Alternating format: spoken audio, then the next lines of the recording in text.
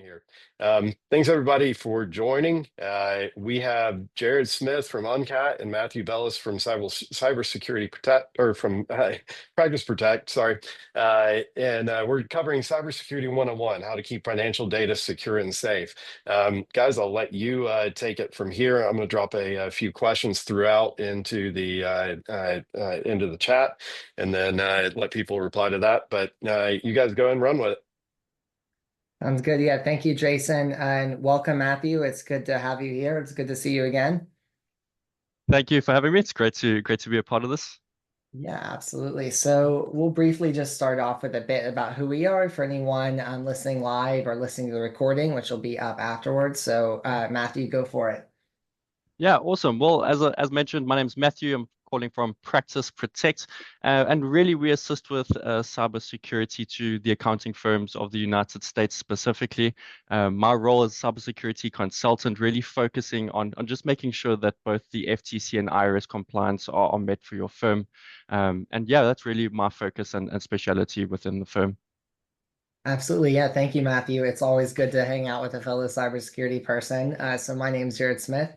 I'm the CTO and co-founder of Uncat. And prior to Uncat and even throughout Uncat, I've been a cybersecurity expert. So my PhD is in computer science, focused on security. I've taught a lot of courses on it, given lots of talks. But the last 5 years I've spent building Uncat is on top of my other full-time role as a head of threat research at a large private cybersecurity company. So really glad to do this webinar today and get to chat with all of you here live and on the recording about what it looks like to have a secure firm and then how Uncat fits into that.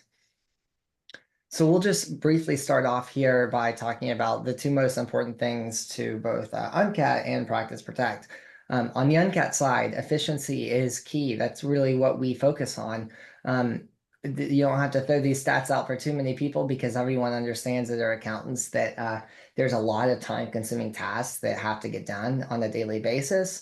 And many firms are struggling, or in some cases, just optimizing to account for the struggles of getting technology to make things faster. And a lot of things can be repetitive as well. So really what Uncat does is focuses on, initially we focus on resolving uncategorized transactions. So people would be sending spreadsheets back and forth of a spreadsheet of, say, expenses that a firm's client made at Amazon, Venmo, Home Depot, Target, whatever. The accounting firm would have no idea how to categorize it, so they have to send these spreadsheets back and forth, manually sync in data from QuickBooks or Xero or Desktop into the spreadsheet, and then wait for those replies. So Uncat started out by optimizing that workflow all on an app that's on the website and mobile friendly. We've then since expanded beyond that to doing receipts management like you'd see in Dex, as well as more of a client hub as well component for getting documents back and forth. So efficiency is our big thing we're trying to solve and are solving. But along with efficiency, there's security too. It's not something we solve, but that's why Matthew is here today. So Matthew, I'd love to hear about you all. Yeah, well, a great way to phrase it. So in terms of Practice Protect, when the company first started out, the focus was primarily on the IT space, providing your typical IT services. And it became more apparent to the owners that, hey, there's actually quite an advancement in terms of cybersecurity attacks happening every single year. As we know, every year the amount of attacks increases significantly. In fact, as you can see on the screen there, small businesses account for about 43% of those cyber attacks annually. So obviously Practice Protect finding that niche in the market, finding an area that really needed assistance and something that again can provide that top level of security while providing that efficiency. The last thing we want to do is create an environment where there's more obstacles or the tasks become more time consuming for your team members. And with 95% of data breaches due to the human error, again, those team members coming into play being super important. What security is around their access? What training are they receiving to know what kind of cybersecurity threats are out there and are able to identify it? So really trying to provide, again, that one-stop solution just to make sure that, again, security and efficiency are at the top of your list. Absolutely. Yeah, Matthew, I'd love how you put that. I mean, small businesses are no longer immune to cyber attacks. That may have been the case 15 years ago, but hackers are targeting anyone these days. Yeah, 100%. So when we talk about these challenges, and some of this I already talked about a bit, is manual processing of documents and transactions is hard and time consuming. We'll go through a demo of Uncat in a bit. I'll talk about that. And then difficulties managing multiple clients across different platforms. So one nice thing about Uncat is we support a variety of accounting platforms. So QuickBooks, Zero, QuickBooks Desktop, you can do it without any platform with connectionless clients. So if you're just managing requests for receipts. But when we talk about managing multiple clients, we also think about managing lots of users that have to log into those clients. So, Matthew, that plays in well to kind of what you guys do when you've got firms with lots of clients. So, tell me about the challenges that you guys face there. Yeah, well, as I'm sure a lot of your clients are well aware, there's a lot of passwords that your team members will have to deal with, and there can be scenarios where it becomes a lot easier to quickly allow Google Chrome to save that password. That pop-up comes there when you log into a profile for the first time. It's so easy just to click save and have those login credentials saved there. That's poor password management, all right? And that really makes it super simple for if that system was to be compromised, because there's no secure way that those passwords are being managed, or there's no security around the passwords. Let's talk about the length of the password. What type are the passwords? For example, password 123, not a super sophisticated password. And more often than not, those passwords will be used on multiple applications. So these are all areas that fall under bad password management. And this is why, again, we try and look at those industry standards. So you look for software that can meet certain requirements, such as your SOC 2, which is, again, is part of Practice Protect. Again, the industry have set out these regulations. They've set out these standards, obviously from years and years of these cyber attacks, both increasing in terms of frequency and in terms of complexity around what those attacks look like. Yeah, no, I mean, when you talk about those attacks increasing in frequency, it's something that Yeah. you guys see often, right, with your Yeah. clients. Well, actually, we currently have a client. So, just briefly with Practice Protect, we've got technically three different hubs, and unfortunately, one of our clients is not on our email protection, and their email system was compromised yesterday. And so now, obviously, the discussions are being had on to get them on board for that email protection. Again, email is the softest target. It's super simple for attackers to get into that email environment, and once they're inside your Microsoft or that Google Business Suite, really the options that they have there are pretty limitless. So yeah, huge security risk on that side. No, absolutely. It can be difficult to manage for sure. Yeah. So we're going to get back to the security thing very quickly. I just want to briefly talk about Uncat again. I probably go through this fast. We talked about it a bit.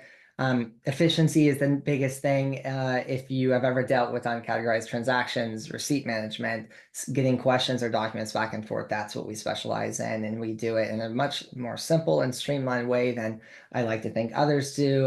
One of our biggest pieces of feedback is that we've got customers that are on the go that are in their 20s that are using it on their phone, all the way up to customers that are, much, triple, quadruple my age that are really out there using Uncat on the go. And then from industries like influencers to music to manufacturing, all kinds of different people can use it. And I think that's the biggest thing for us that we really try and focus on is making something that's simple to use across any type of customer because this space is so widely varied and there are so many different types of people.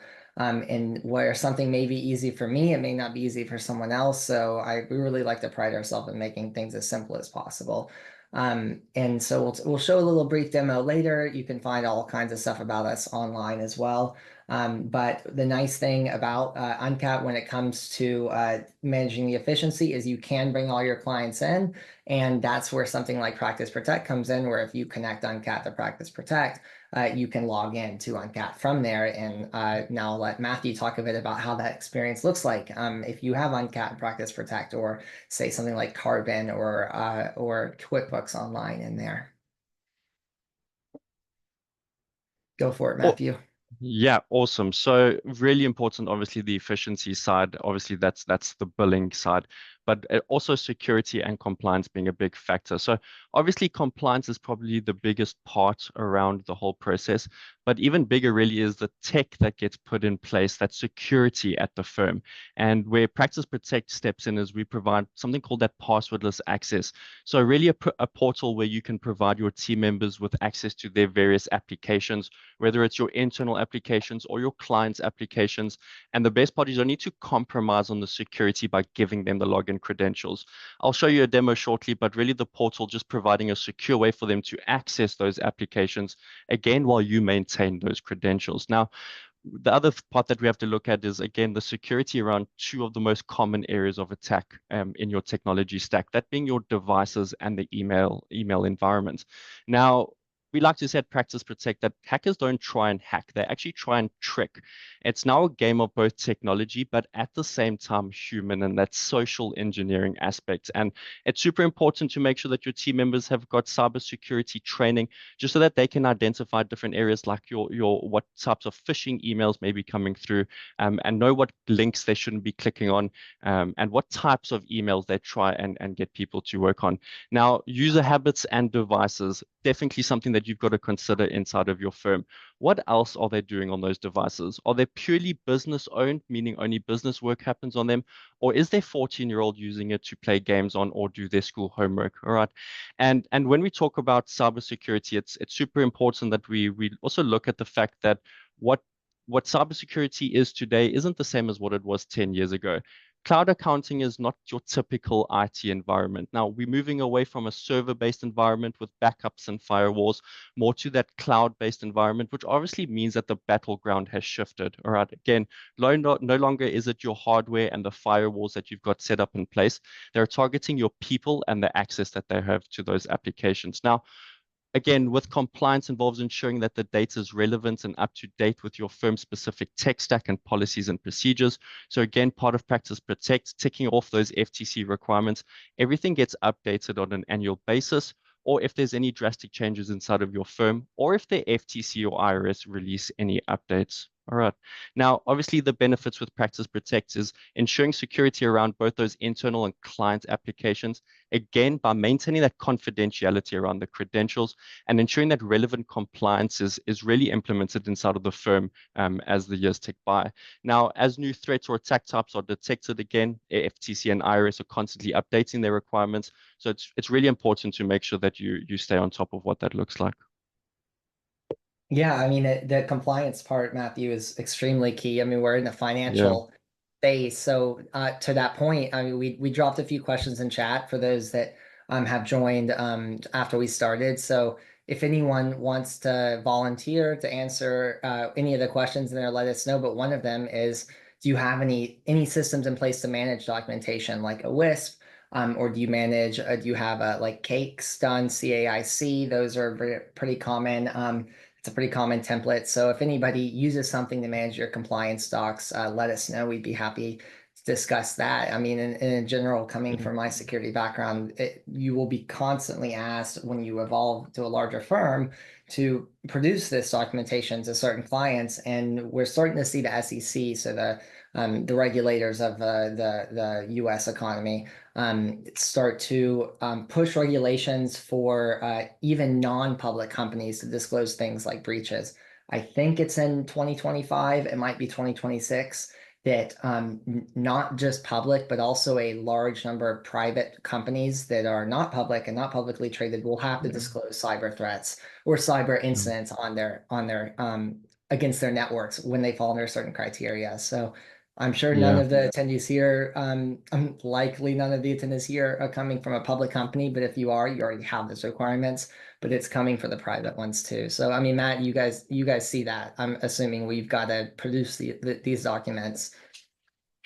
Yeah, so really FTC and IRS are two different sort of regulations that focus on two different areas. So we've got the IRS 4557 regulation, which speaks to tax professionals more specifically. And then we've got that FTC safeguard rule, and that's really what applies to all financial professionals. So anybody who's in that financial space, there's certain requirements like a WISP document, for example, or your written information security plan for those who aren't sure. And there's other requirements involved in that. So for example, your team members actually need to be able to access that document to be able to update themselves as and when they wish. Again, part of those FTC requirements. So really there's a number of things that need to be ticked off. But Jared, as you mentioned, that WISP documents at the end of the day is really the gold. And if ever the FTC were to come knocking, that's definitely the first thing they're going to be asking the firm. Absolutely, yeah. And when we talk about that, right, we've talked a bit about the different steps you can take, and I think these are good refreshers here. So if you're talking about Yeah. efficiency, automation is key. That's what Uncat focuses on. Centralizing that client data in a way that you can bring in all of your transactions and requests and documents. And then when you throw in something like Practice Protect, now you're managing the security of that access of the people that can access those documents and that data. So Matthew, when you guys go and implement Practice Protect, I mean, what are those key, that maybe if you haven't already mentioned, what are those key things you start to push in an organization? And of course, I'll show a demo here in a second. Yeah, 100%. So in terms of security side, obviously MFA being a huge factor for us. So the idea, a lot of people misunderstand what the MFA process is supposed to be. And again, the idea is, say somebody was to be able to get into your email system or that company device, there's still that 2FA that's asking for some alternative method of confirmation that this authentication should be going through. And so really one of the requirements with Practice Protect is that all the applications in your firm will be set up with 2FA. Our portal does also have a built-in 2FA process, which can be set up for the portals. But again, there's really a number of security levels on both your email side that can also be set up. For example, email redirect rules so that your team members can never reset their own passwords. So really a number of areas where security, but again, that efficiency for those team members. Last thing we want to do is create a headache or prolong any tasks. And then, Jared, the last part obviously being again around that cybersecurity training for team members. It is an FTC requirement, but be super important for your team members to be able to identify what's a suspicious email. All right. So let's say, for example, the CEO of the company was to be on a flight in an hour's time, and all of a sudden this email comes through that is super urgent and a transaction needs to be made out of the blue. Now, are your team members going to know that this is an issue? Is this going to raise any red flags? Or is this something that they're just going to simply click on the link, log in their credentials, and before they know it, the system's being compromised? So really a number of areas, but cybersecurity training for those team members is also super important. Absolutely. Yeah, we've seen such a rise in different cybersecurity training companies for especially large organizations. People, Yeah. companies like KnowBe4 come to mind, where they're Yeah. implementing distinct phishing training. But if you're a smaller firm, you don't have that budget, but you have enough to work with someone like Practice Protect. I mean, it's honestly something where it's hard to put that kind of those steps off because show Yeah. quickly here the threat landscape is evolving. Accounting firms are being hit by ransomware. You can see I was on the news a few weeks back talking about the CrowdStrike incident. The CrowdStrike incident brought down a large number of Windows machines across the world because they were deploying, because they deployed CrowdStrike's endpoint security solution. And not to say, and that's, I'm not trying to say the EDRs or the endpoint detection or response platforms like CrowdStrike are a problem, but my point there is that showed how widespread deployed they are. But what we found, at least from Matthew's side, talking with him and even with Uncat, is that accounting firms are not nearly as protected as many of those other industries. So if there's a time to really lock down the cybersecurity of a firm, it would be now. And if there's a time to automate the things that you do that are repetitive, obviously that's always been a thing. That's why Uncat is here. But really happy to be talking with Matthew today. I mean, Matthew, I believe you've done a bit of digging into scattered spiders. They kind of target some of your guys, your clients. So talk a bit about that for a second. Yeah, well, so for those of you who aren't too sure, so Scattered Spider is actually a notable example of quite a sophisticated ransomware threat actor. They're actually a group, and they've successfully increased their focus in the financial industry, and they've been super successful there. And some of the tactics that they've used, for example, are calling IT help desks, impersonating an employee at the phone, requesting a password resets, and thereby obtaining those legitimate credentials and gaining access to that organization's network. Scattered Spider have also been known to send lookalike domains and phishing emails to direct employees to fake login pages. So once an employee enters their login information on that page, obviously they've got those login credentials, and from there they've got full access. Now, obviously, Jared, just want to touch on, we're talking about how the environment is changing and ever expanding. Mhm. During my research for this, I actually found that there's 19 different types of phishing email attacks. And that really just shows you that there's so many different areas and there's constantly new, as we call them, day zero attacks coming into play. So that being a new type of attack or a new method of attack, if you will.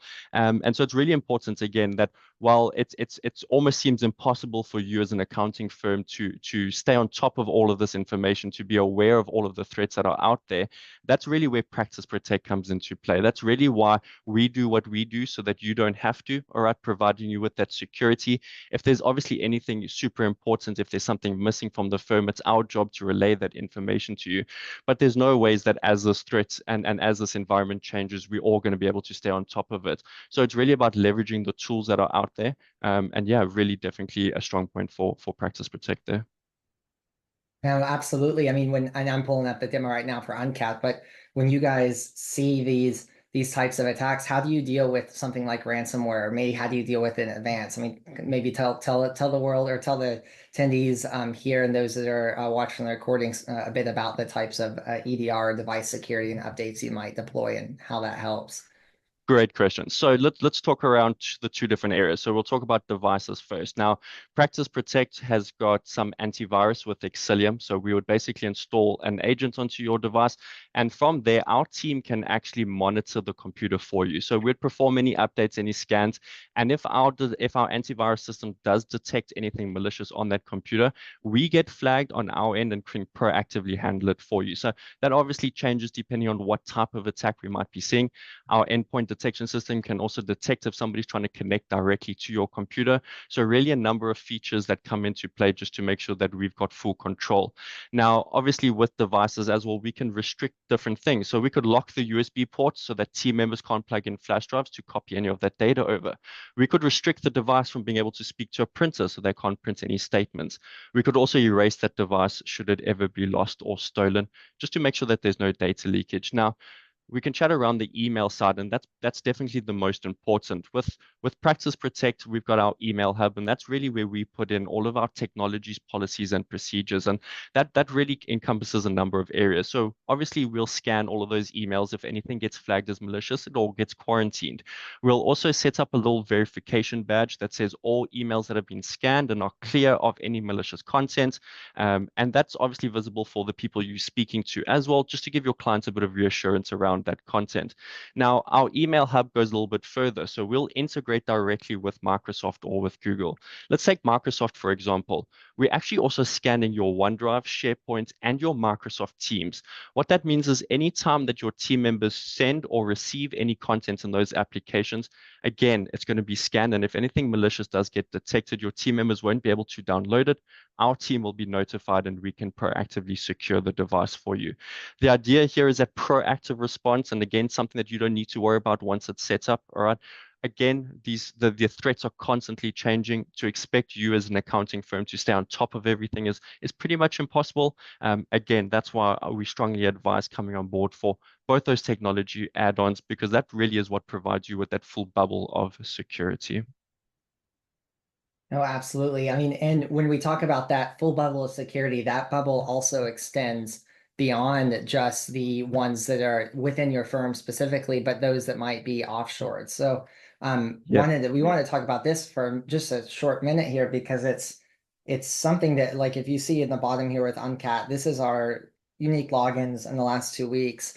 And yeah, while the majority of our firms are based in US, Canada, this heat map is a bit weird. The lighter colors are more users, but the majority of our firms are US, Canada, UK, India, Australia. But we see that there are thousands and thousands of logins from places like the Philippines or parts of yeah. South America. And that is indicative, and we know this just from talking to customers, of large amounts of offshore team members. So how do you deal with that, Matthew, when you implement Practice Protect? Yeah, so offshore team members, obviously, I think for a lot of firms is a big headache, and also a big bit of a security concern initially. how are you going to share these login credentials with these team members? Once they've got those login credentials, once they leave your firm or no longer a part of your team, how do you take back those login credentials? So really the offshore team members have created quite a challenge for the accounting space, but Practice Protect, again, with the portal that I'll show you shortly, just provides you with that secure avenue for those team members to access those applications. Again, you don't need to share any login credentials.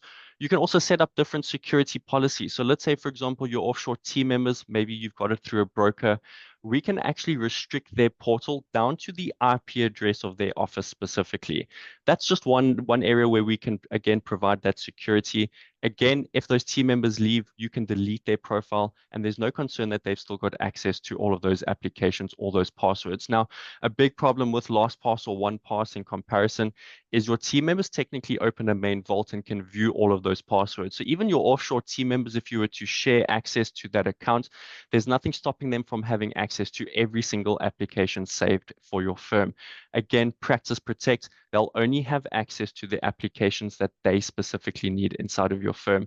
Again, we can allocate and revoke that access as needed. Super important for those offshore team members. Yeah, no, absolutely. I mean, when we think about logging in from lots of regions around the world, in a typical security setup, that can trigger false positive, or I mean, can trigger, yeah, alerts that often can be false positives. So that's, I mean, it's Yeah, so important that as a firm, yeah, if you're a cyber expert like Matthew is and like I am outside of Uncat, then you might want to implement this stuff yourself. But it is really helpful to have someone that's got your back here, and that's where Practice Protect comes in. yeah. With that, we're going to do a quick demo. I'm going to do a quick demo of Uncat. A lot of you have seen it already, but I'll show it again briefly, and then I'm going to lead into Matthew. And just keep in mind the Uncat portal you're seeing can be accessed directly from Practice Protect as well if you're using Practice Protect, and that's something you add to your sign-on process. So let me stop sharing that and share my other window. So let's see here. Um, Give me a second. Let's do this. Share. There we go. Okay. Matthew, can you see my screen? Indeed. Yeah, perfect. So when anyone that wants to sign up for Uncat, you can do that on our site. You can start a trial, and that's free for 7 days, and then per client's charged after that. You can SSO here as well with Intuit or Zero. But once you're an Uncat, it's pretty straightforward. So if you're a firm and you have one or more clients, you can connect your clients. So you add QuickBooks Online, Zero, desktop, or connection list client. Once you connect your client, you invite the admin for that client. So this is where we start to think about managing those users across your firm, and the cyber stuff comes in. So here I've got an online client, something without books connected, and another online client. But if I go to the settings for each one of those, I have a user for them. So those users have an email. They can also have a phone. And when Uncat does its work every week, it'll email that client and their coworkers as well for that client if they've added their own coworkers about the transactions they have to process or go through, the receipts they need to manage, as well as documents if you use that. And all of those three modules are here and are optional depending on the ones you want. But Uncat's pretty straightforward here. So if I've got a transaction coming in and it's under a certain account that I've selected to sync, so as an example, for this client, I'm syncing Ask My Accountant, all the uncategorized accounts, and also any transactions missing a class. You can also sync things that are missing attachments. If you're a Canadian firm, often they have to have attachments on everything. Or you can get more specific and you can say require not just, don't just sync transactions without attachments, but maybe instead of that, require a receipt on any transaction over a certain amount. So anyways, when clients come in, they'll see the transactions they have to do. They'll have their own dashboard that looks a lot like this, just a lot simpler. Well, they'll go in and they'll put like a description. So they'll say here, this was income from their main office sales. You can go in and select, what that will be. So income, let's say billable expense income, and then approve and save. That will then sync straight to your books and close out that transaction. And by the end of that next month, you don't have to even worry about that Uncat and all the others anymore. And it'll do that and automate it across all your clients. So this is one here, but you also have another down here. that's got their transactions see things like generic Amazon or Kroger. Like, what is that for? Was that a personal expense or was that a business expense? Was it for a certain location like 1111 Maples Road, or was it 5467 Sugar Avenue? You can let clients even select those things themselves. And what they'll see when they get an invite to Uncat is they'll get a single link, we call our magic link, and that lets them log in directly to Uncat without managing a password. Those links will periodically refresh over time, so they don't constantly expire, they're not an insecure issue, but you'll be able to go in or let your client go in and access them. Other briefly things I want to show is if you need to get documents from them, you can say, hey, I need a W-9 for new vendors. You can send that over to them and require them to attach a message or a document to that. They can do that, and it'll come over just like in a transaction. And then finally, receipts as well. So receipts is our newest module, and that's where clients can upload their newest receipts that they get. Like you think of a Dex, it does the same thing as Dex, just a lot cheaper. It does the same thing as an Expensify. And when they upload that receipt, it'll get parsed and the different fields will be pulled out. You can add additional details as well as match it to a transaction. In this case, it doesn't have any matches. So what you might want to do is publish it as a new transaction in the books, a lot like you'd see a Dex or Expensify. That's Uncat in a nutshell. No, it's fast. It's a lot. It's simple and it's straightforward, and you can use whatever you want from it, or you can pick and choose the different pieces from there. But yeah, so this is Uncat. Imagine now you're using Practice Protect. I'm going to hand it over to Matthew, who's going to show how you would get into something like Uncat or Carbon or QBO from Practice Protect, and that kind of forms the base of their platform among the other features that he'll show here as soon as I stop sharing. So Matthew, you should be good to go. Awesome. I appreciate that. Sure. Super efficient. I can definitely see the value in Uncat. But yeah, I think, as you said, let's chat a little bit around Practice Protect and really how the two can work together. As I mentioned earlier, Jared, just want to confirm, are you able to see my screen? Yes, I can. Go Yeah. for it. Fantastic. So, as I mentioned earlier, really the focus is again providing sort of that secure portal for your team members. So, as an accountant in your firm or a bookkeeper in your firm, I would simply log into my portal using the link provided. So, this would be made obviously specifically to your firm, so your own firm name, firm logo. This URL gets integrated with your email domain. And then, really, from there to log into the portal, your team members would use the application that gets installed on their phone. Then what you do is you open up the application. The first part is something called that MFA or multi-factor authentication. So for my device, it's Face ID. Once it's verified I'm the correct person, it then allows me to scan that QR code that you see on the screen in front of you. Now, Jared, this is going to log you into your personal Practice Protect portal. All right, this has been made specifically for you at the firm and really provides you with a secure technology stack and one-click access to all these applications. Let's say, for example, as your team member, I needed to open, let's talk about Xero, for example. Simply click on the application. Practice Protect will open that login page, all right? I'm getting those login credentials encrypted from Practice Protect automatically put into the login page. This means that it's not actually something that I need to worry about. I don't need to know what those credentials are. I don't need to have them on hand, all right? As long as I've been given access to that application, as soon as I click on it, Practice Protect will log me in. Again, here, the idea, Jared, efficiency for those team members, A, and B, security around those login credentials. Again, the idea here is you can also share your clients' applications, whether it be their banking or credit accounts or their QuickBooks accounts, for example. All right. As your team member, once I'm finished, I simply just close the tab, and that's the end of my session. That's really a high overview of the portal. Your entire technology stack is inside of this portal, everything from your internal applications. This is obviously where Uncat would sit. You would have your email, you would have your file storage and sharing applications, maybe some of your banking and government. And then the idea here is all those clients applications. All right. Again, there may be more applications for this client Snap, for example, but Jared, I as Matthew at this firm, these are all the accounts that I personally have access to. All right. Again, the beauty here, Jared, let's say I was to leave the firm, it would be super simple to revoke all this access. If I can't get Mhm. into this portal, I can't access any of those applications. And again, the best part is I didn't know any of those passwords to begin with. Now, there's really a number of other areas that Practice Protect provides some, again, efficiency as well as security. And it comes to when you onboard and offboard your team members. So as an admin of the firm, you can obviously add team members. You can give them access to new applications. You can also remove them from the portal if you wish, again, or from the admin side.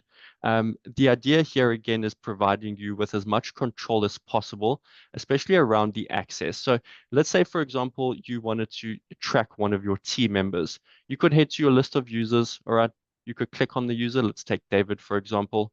And Practice Protect is going to provide you with an activity report for this person, as well as an area for you to make any changes. Again, let's say David's leaving. We can simply lock his profile, click save, and he'll automatically be kicked out and won't be able to get back into his Practice Protect profile. All right.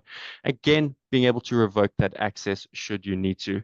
Now, when it comes to onboarding team members, Jared, it's also super simple around the idea here, again, efficiency. So if I needed to add a new team member, click on add user, fill in all of the credentials. Now, Practice Protect again will do an integration with your email environment. So whatever email address gets set here will automatically populate on your email environment, whether that's Microsoft or Google.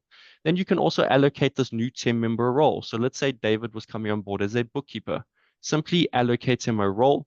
Your firm can predefine what applications a bookkeeper will need. So this will automatically just script these apps to his portal. All you got to do is just enter login credentials, make it super, super simple. Now, a big part again of Practice Protect revolves around the security. And this is where we were speaking earlier around the offshore team members and being able to do what we call an IP blocking. So on a per team member basis, you can come in and activate any of these security policies. The most popular being that IP blocking. Again, that means that their portal is only accessible by that specific IP address. All right. We could also set a time-based lockout so team members can't get in outside of work hours. We could also do a geo-locking policy, restricting them down to their specific country. Again, the idea there is we're already mitigating a lot of that potential international risk. All right. Again, all of these can be set up on a per team member basis. That's really a high-level overview of Practice Protect. Again, the idea here is efficiency for your team members, as well as obviously meeting some of those compliance requirements. And as part of that, all admins will have access to their compliance documentation, such as a risk assessment, as well as that WISP that Practice Protect will handle for you too. All right, really brief overview, but yeah, super powerful and makes for quite the efficient process for a lot of your team members. Yeah. Absolutely, yeah. And Matthew, I'd love to see that, especially the admin portal and the onboarding, offboarding. That's so key. Jamie had a couple quick questions in the chat. So Yeah. one for you is if they don't want their employees to use their personal cell phones, is there a way to log in, another way to log in? And the Yeah. second one is if they wanted to keep details in those tiles for the applications or keep metadata, can employees open the tiles to, I guess, view that information? So kind of two questions there. Great question. Jamie, first question, personal cell phones, not a problem. It's actually quite a common thing with offshore team members, especially if it's done through a broker. They don't often allow them to bring a cell phone in. We'll set up an access with for a specific password. So that will be a password separate to any other passwords. And then we'll set up a little 2FA as well for them on that device that they're using. So through that browser that they'll access those applications, we'll install something like Authy, which will just give them that 2FA access. And that is a workaround if you don't want a device. In terms of obviously people keeping details in those tiles, no, whatever you put inside of Practice Protect as an administrator, all the secret or sensitive data is kept to you specifically as an administrator. Your team members, all they're able to do is click on the application. All right. From there, it will log them in and it's business as per usual. We aren't changing anything in terms of permissions or authorizations. All right. Everything will remain exactly the same. All we are doing is controlling that access. Okay.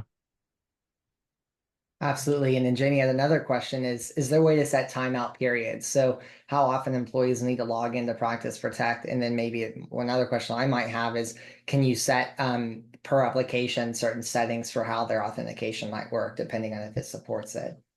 Yeah, 100%. So obviously different applications use different kinds of multi-factor or two-factor authentication. Some of them might be email, some of them are text message, some of them are digital on an application. So 2FAs, anything that's digital, we can actually put it into the Practice Protect portal. So our portal will go and fetch the MFA code and automatically implement it. This doesn't apply to client applications, and it also doesn't apply to any multi-factor that comes through, let's call it via analog, so like a phone call or via text message. Jamie, in terms of being able to set timeout periods, no, what you would be able to do is just as I showed you, you can lock their portal. And when you want to release them or give them access back into that portal, whether it's a week or 2 weeks later, you can just simply unclick it, click save, and their access will resume as per normal. So no, there's no specific timeout or freeze periods, but you can obviously just revoke that access and give it back when you feel is sufficient. Just want to read your question. You had another question, yeah, on info tiles. Yeah, Jamie, love it. Keep it coming.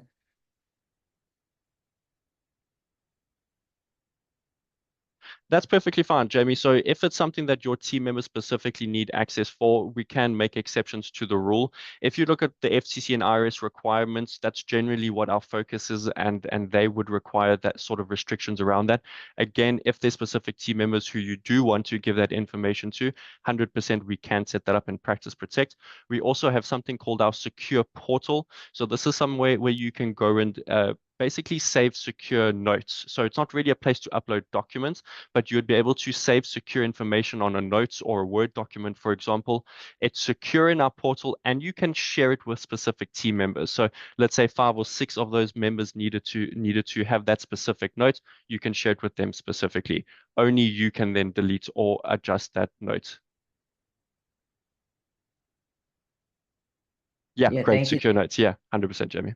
Thank you, Matthew. So what is it? So from Uncat side, just to end the webinar today, from Uncat side, sign up is easy. Go to uncat.com, sign up with your own email, but preferably with SSO through QBO or Zero. We all like that. I mean, Practice Protect would rather you have less logins than more. Yeah. Yeah. And then Jamie asked the questions. Thank you, Jamie. But Matthew, how would someone from the webinar here or someone listening to the recording sign up for Practice Protect? So what do you recommend them to do to get started? Awesome. Well, I'm actually going to share a link in the chat if that works for you. This is basically a link to book in a session with one of our cybersecurity consultants here at Practice Protect. You can also find us on our website, which I'm going to share in the chat now too. Basically, that will provide you with a bit of information. There's also a booking or make an appointment little button on our website. You can feel free to use that and book in a session with us. So there's our website, practiceprotect.com. Yeah, keen to meet with you guys. Can have a chat around sort of what your setup looks like, and really just chat around some of the customizability around Practice Protect, and how we can really make sure that we tick off those requirements for your firms.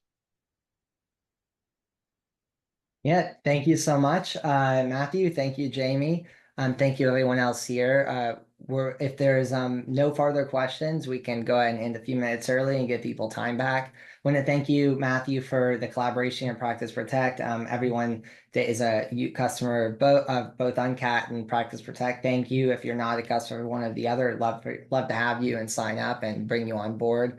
And look for more stuff coming down the pipe in the future on both of our platforms. So, Matthew, any closing words? No, I think you've summed it up quite nicely, Jared. I appreciate your time. Thank you, everybody, for attending. These sessions are super beneficial. Again, this environment is constantly changing, so it's good for us to be able to provide as much information as we can to our clients. So really love these kinds of collabs, and yeah, keen to do more stuff with Uncat going forward. Sounds good. Thank you, Matthew. And Awesome. thank you, Jason, as well for orchestrating. And everyone, have a good day, and we'll talk to you soon. Awesome. Thanks, everybody. Have a good day.